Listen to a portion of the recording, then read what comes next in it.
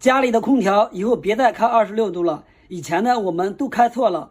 其实空调最省电的温度并不是26度，以前呢我们都在开26度，感觉26度非常的省电，也非常的凉快。我相信大部分的朋友都是这样认为的。其实呢并不是说我们把空调设置成26度，然后呢它吹出来的风就是26度。其实呢无论是设置成20度或者是20多度，它吹出来的风温度都是一样的。设置的这个温度呢是让室内可以达到的一个温度，而并不是说空调吹出来的温度。所以不管白天还是晚上，我们都开26度，其实呢这个方法是错误的。今天我来给大家分享一下正确使用空调的方法。第一，空调不要时开时关。有的一些朋友为了省电，把空调打开以后，过1-2个小时感觉室内的温度下降了，然后呢他就把空调关了，等一段时间室内的温度又升高了，然后呢他又打开。其实这样操作不仅不会省电，反而会更加费电。它的原因呢就是空调在刚开机的时候，它会以最快的速度来降低室内的温度，从而达到一个我们设定好的室内温度。在这个时间段呢，空调压缩机它会以最大的功率工作，所以我们在刚开机的时候，空调是最费电的。好不容易把室内的温度降下来了，我们又把它给关了，等一会儿室内的温度又升高了，然后呢又把空调打开了，这个时候空调的压缩机又会以最大的功率工作。所以呢这样频繁开关机是最费电的。其实呢每个空调厂家在出厂的时候就已经设定好了，我们打开空调以后调好温度，当室内的温度达到我们设定的温度以后，空调呢它的压缩机就会自动停机，或者呢是自动来降低压缩机的输出功率，这样呢就可以从而达到一个省电的作用。所以呢大家以后不要频繁的开关机。第二呢就是我们进入室内的时候，因为室内温度非常高，我们先把空调把它调到最低的温度，能调多低就把它调到多低。一般最低的温度呢都是16度，这就是最低了。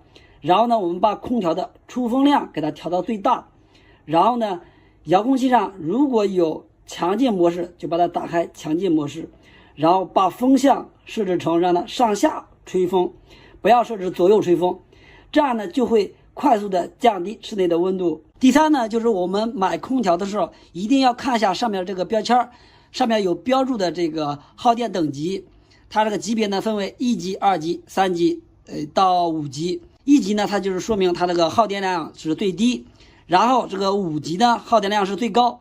我们尽量要选择1级或者2级的，这样呢是最省电。第四呢是最重要，我们设置空调的时候最省电的温度呢并不是26度，而是27度。我们晚上睡觉的时候把它调到27度，然后再打开睡眠模式，这个时候呢室内的温度是非常适合人体，不冷也不热，非常适合睡眠，所以这样最省电还特别舒适。我们在白天的时候把空调设置到22度，或者是设置更低的温度的时候，这样呢是最不合适的。因为夏天室外的温度可能会达到38度、39度，甚至呢温度更高。我们室内的温度如果设置的太低以后呢，这样室内的温度和室外的温度相差就特别大，相差10好几度是吧？所以呢当我们出去的时候就会感觉室外的温度非常高，感觉非常的不适应。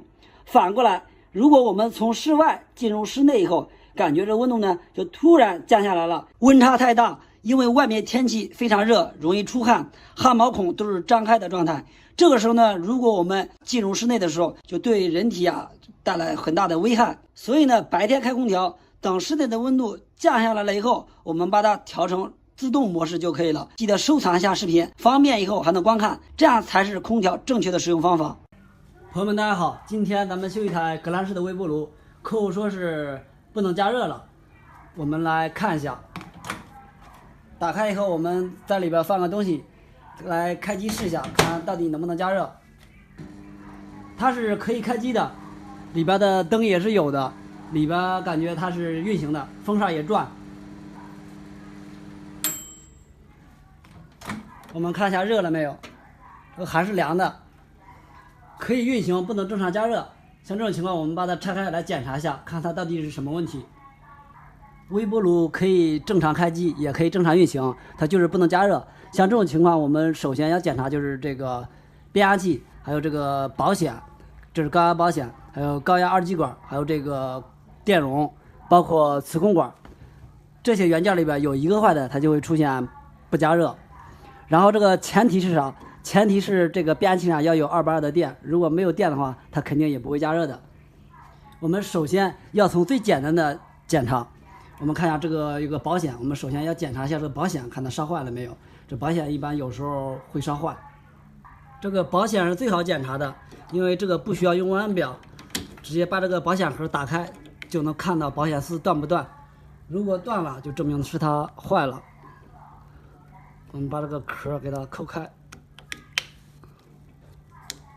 抠开以后，我们看一下这个保险丝断了没有。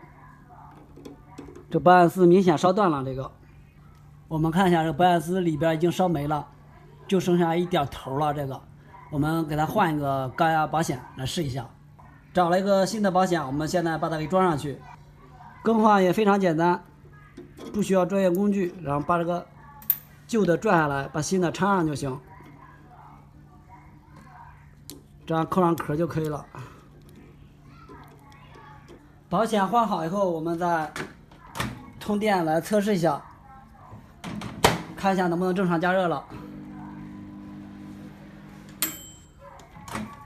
我们看一下，已经加热了，朋友们，看一下这热气挺烫手的。好了，我们下期再见，朋友们。朋友们，大家好。这些手机电池它燃烧爆炸，大家有可能都听说过。像正常的这种手机电池，它是不会燃烧也不会爆炸的，除非就是我们把它给弄坏了，它才会出现燃烧或者是爆炸。这种情况一般出现在给手机更换电池的时候，有一些维修师傅或者一些电子爱好者，他用个铁的东西在这撬，他这样撬来撬去，把电池撬坏以后，它就很可能会出现这种燃烧或者是爆炸了。我修手机大概修了20年了，我也没有亲眼看到过电池爆炸燃烧。今天我们就拿这块电池给大家试验一下。我们先去室外来操作一下，就拿这个刀子，然后把它捅烂，试验一下，见证一下，看它到底能不能燃烧爆炸。这个是有危险性的，大家请勿模仿。好，现在就是这块电池啊，我们开始把它捅破。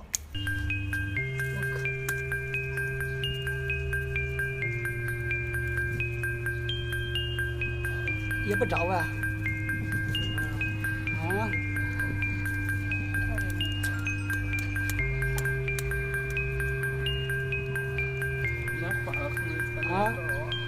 这它照了，它不照。给他说6、7八，别超800就行。有是不？他6、700块钱当中。这一块电池都捅了老半天了，它也不着。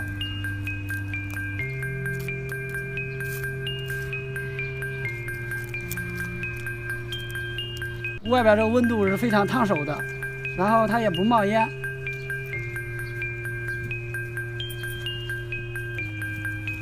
我捅了老半天，它也不着，不着我给它浇点水，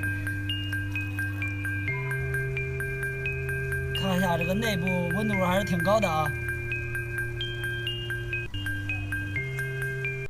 这个电池没有燃烧的原因，它应该就是给它捅破以后，还是等待的时间太短。如果等待时间再长一会儿的话，它里边的热量越来越高，热量越高，它肯定就会慢慢的先冒烟，然后就开始燃烧了。我这是正好刚才啊做实验的时候，我店里边来人了，所以我要去干活。我去屋里边干活，然后在室外怕它自己燃烧了以后伤着别人，所以我就用水给它给浇了一下，让它泡了下水。不要再用这一块再做实验了，因为这个东西对空气啊一些东西也比较有污染。好了，今天这个视频感谢大家观看。